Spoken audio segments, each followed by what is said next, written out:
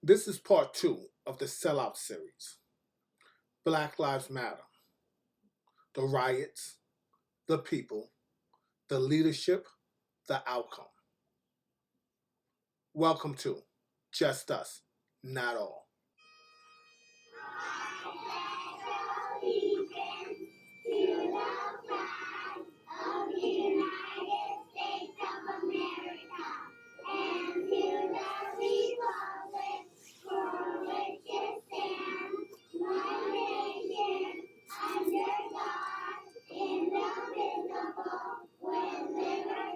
For just us, not all.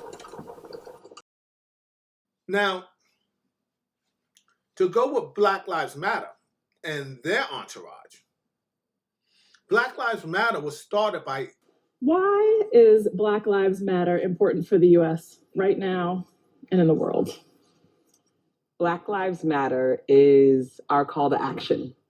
It is a tool to reimagine a world where Black people are free to exist, free to live. It is a tool for our allies to show up differently for us. But what does the Black Lives Matter organization actually stand for? To find out, look no further than their leaders, Alicia Garza, Opal Tometi, and Patrisse Cullors. Here's Cullors in a revealing 2015 interview. We actually do have an ideological frame. Myself and Alicia in particular are trained organizers. We are trained Marxists. Black Lives Matter is a gay movement. You check their website, they are not for Black men. They're for Black women, queers, and trans. Visit the Black Lives Matter website and read the list of demands to get a sense of how deep a transformation they seek. One of those demands proclaims, quote, "We disrupt the Western prescribed nuclear family structure requirement by supporting each other as extended families and villages that collectively care for one another." But they use the suffering of the Black man to propel their movement. Why? Because gays don't have a movement. Gays don't have no suffering. They don't have nothing. They're just looking for power and money and prestige. Jesse Smollett. I don't answer to Empire. My name ain't Empire. And I didn't answer. I kept walking, and then I heard Empire. So I turned around and I said, "Did you just say to me?" And I see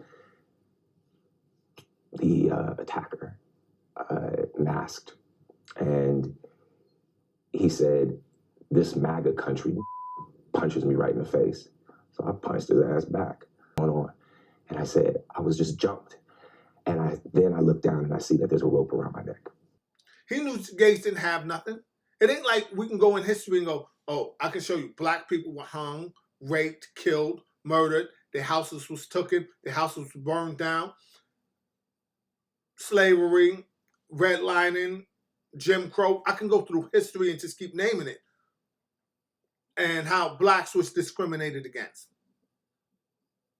But I cannot do that with gay people.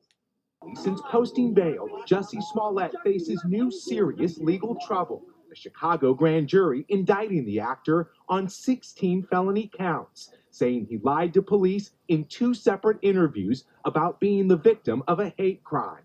I have a family member that's gay, and I just recently found out was gay. And this person, I had promised this person I would never reveal it. That person would have to reveal it and come out to the family. And that's on them. I still love them. I still love my family member. But this person was trying to have a discussion with me about gays were actually discriminated against. And I said, show me the proof. 2 days later, I was looking up some proof. It should be readily right there. But it's not. So the gays actually need Blacks. And I want a little gay boy who might watch this to see that I fought back. And it does not take anything away from people that are not able to do that. But I fought back. They ran off. I didn't. What do you say to a young gay man, a young gay person? to learn to fight. And I don't just mean like learn to fight. I mean, learn to fight. Learn to be a fighter. I am not advocating violence. Now, mainly black males. Now, we got a lot of this thing, the division between black men and black women, but it's an illusion. It's not real. The main people that bash black men is mostly lesbian women. Why? Because think about it. They the direct competition to what they want. What are you doing here? Does Alex know about her? What are you talking about? She thinks you're waiting for her. Like a good little wife. What I'm doing and what Alex is doing is none of your business. Except it is. If you don't get out of here right now, I'm going to call the police. She's ready to move on, you know? With me. Except she's scared of hurting you. Meanwhile, you're out here living the life. You're fucking crazy.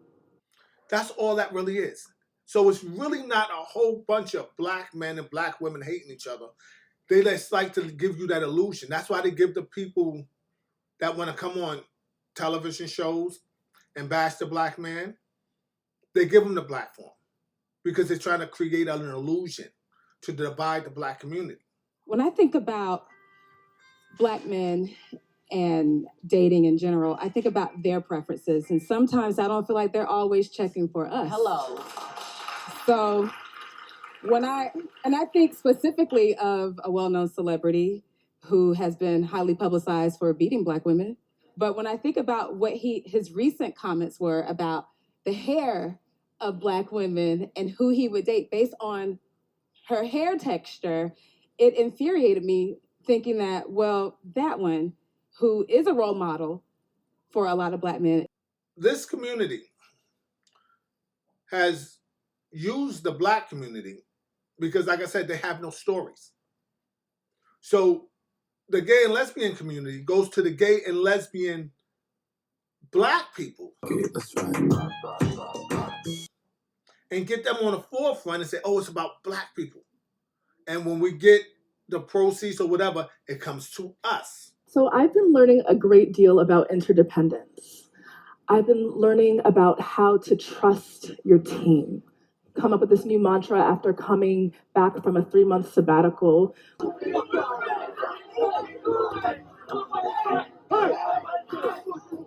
Plan what it is that you need, that you want to do for your sabbatical. The next step, once you have a pretty good idea of what you're going to be doing, you need to start working out how much it's going to cost you, how much money you're going to need for your time. Proud Boys, a lot of militia types showed up, some with guns, all with weaponry of some sort, and intent on fighting. How long are you going to be on sabbatical? A year, 6 months, 5 years, whatever it is.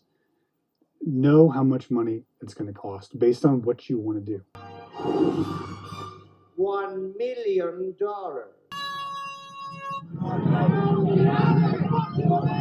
They came in motorcycles first. That's when I jumped on the street with a few other people, did what we could to block them. I just wasn't going to let those motherfuckers off the street. Don't you think we should maybe ask for more than $1 million? $1 million isn't exactly a lot of money these days. Then whatever you come up with, add like 20%, because it's definitely going to be, it's always more than you expect it to be, you know? So whatever it is you figure, add 20% to that number. We hold the world ransom for $100 billion. USA! USA! USA!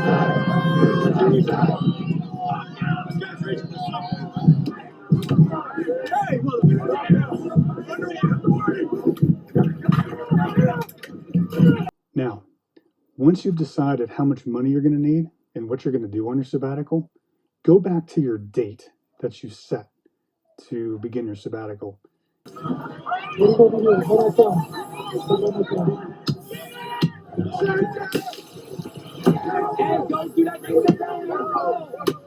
Don't do that in the fucking land. Like, why would you have to do that in the house? And now at this point, you need to decide, can you save enough money between now and your date to go on your sabbatical? And if the answer is no, don't give up.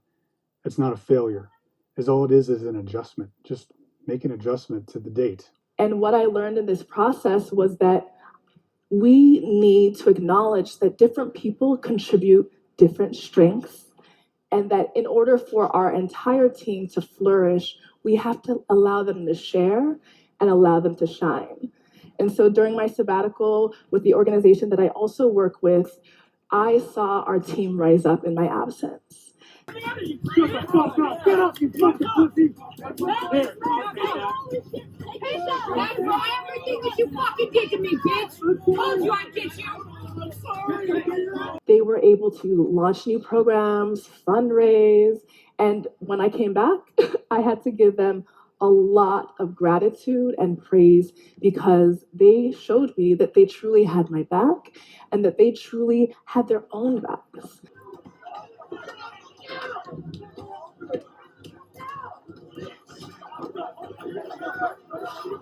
You know, in this process of my sabbatical, I was really reminded of this Southern African philosophy of Ubuntu, right? Like, I am because you are because I am.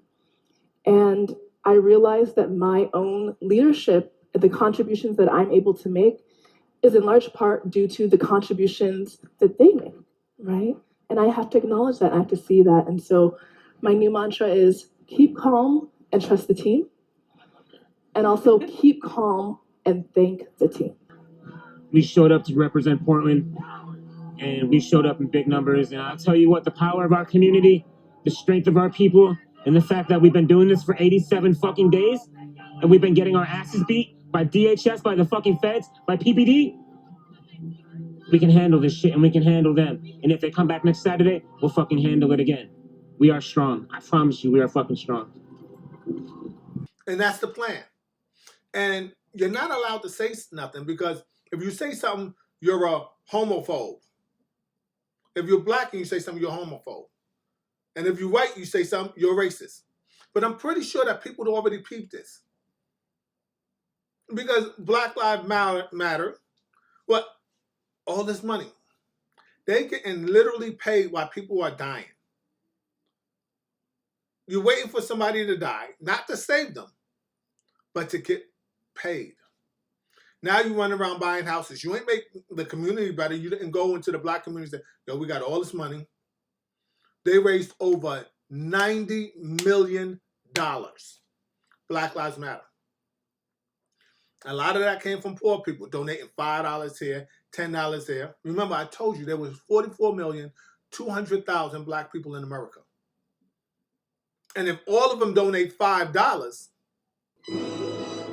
1 billion, gajillion, fifillion, million.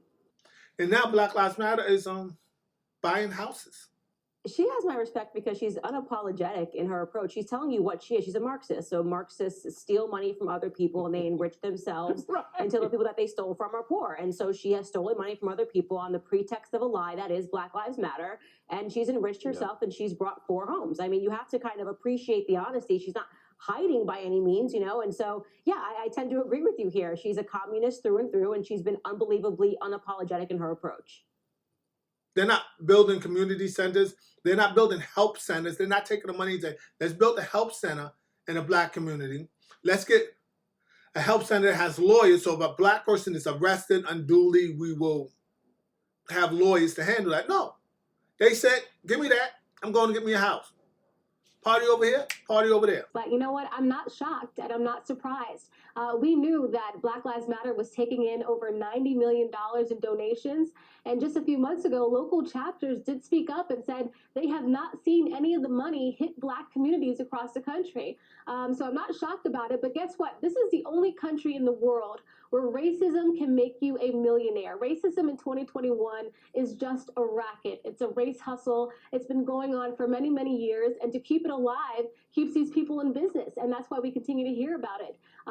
We heard from Michael Brown's father in Ferguson, Missouri. If everyone recalls, it was the hands up, don't shoot incident, and there was lots of riots and looting that happened following that, incited by Black Lives Matter. And those businesses that were looted, they lost their livelihoods, all while Patrice, the founder of BLM, was becoming a millionaire.